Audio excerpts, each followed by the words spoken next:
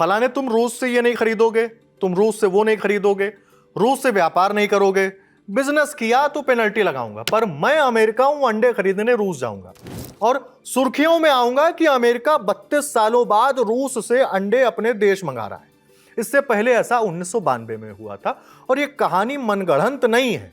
इसे रूस की एजेंसी RIA नोवोस्ती ने बताया है। एजेंसी के मुताबिक जुलाई 2025 में अमेरिका ने रूस से ताजे चिकन अंडों के लिए $4,55,000 भारतीय करेंसी में 3,77,65,000 रुपए खर्च किए हैं। अब चूंकि अमेरिका ने बड़ी उपलब्धि दर्ज की है तो रूस की एजेंसी ने इसे अपने सोशल मीडिया प्लेटफॉर्म तक पर बता दिया है। लेकिन अमेरिका रूस से अंडे खरीद क्यों रहा है?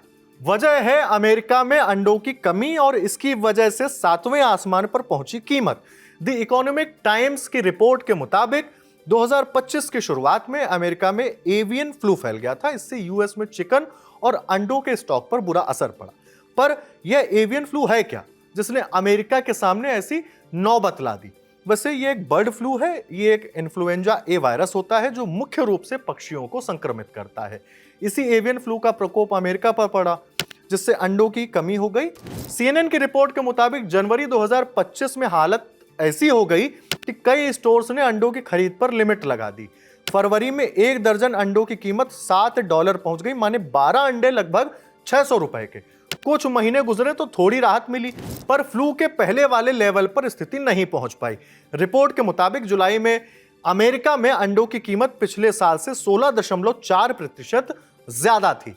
बढ़े दाम को स्थिर करने के लिए ट्रंप एडमिनिस्ट्रेशन को सलाह दी गई, या तो आप अंडों के इंपोर्ट के लिए नया बाजार ढूंढिए, नहीं तो दिक्कत बढ़ जाएगी। इन्हीं बढ़े दामों और सप्लाई की शॉर्टेज को बैलेंस करने के लिए अमेरिका रूस की तरफ मुड़ा और यह सब ऐसे समय हुआ जब अमेरिका खुद दुनिया के दूसरे देशों को रूस से व्यापार करने पर धमकियां दे रहा था। इसकी जद में भारत भी आया। अमेरिका ने जुलाई में पहले व्यापार घाटे को लेकर 25% टैरिफ लगाया। फिर अगस्त के पहले हफ्ते में डोनाल्ड ट्रंप ने कहा कि भारत रूस से तेल खरीदकर रूस की इकोनॉमी को सहारा दे रहा है, यह यूक्रेन युद्ध के लिए फ्यूल है। यह सब कहकर 25% टैरिफ और थोप दिया गया।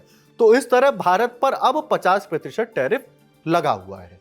जबकि भारत बार बार यह कहता रहा कि रूस से तेल खरीदना उसकी घरेलू जरूरत है, वह अपने देश के लोगों के हितों से समझौता नहीं कर सकता। लेकिन ट्रंप तो ट्रंप है। इकोनॉमिक टाइम्स की रिपोर्ट की माने तो 2025 में अब तक यूएस रूस से $927 मिलियन का फर्टिलाइजर अपने देश मंगा चुका है। ये आंकड़े यूएस सेंसस ब्यूरो डेटा के हैं। इसी डेटा के मुताबिक साल 2024 में अमेरिका ने रूस से $1 बिलियन 8,667 करोड़ रुपए के फर्टिलाइजर मंगाए।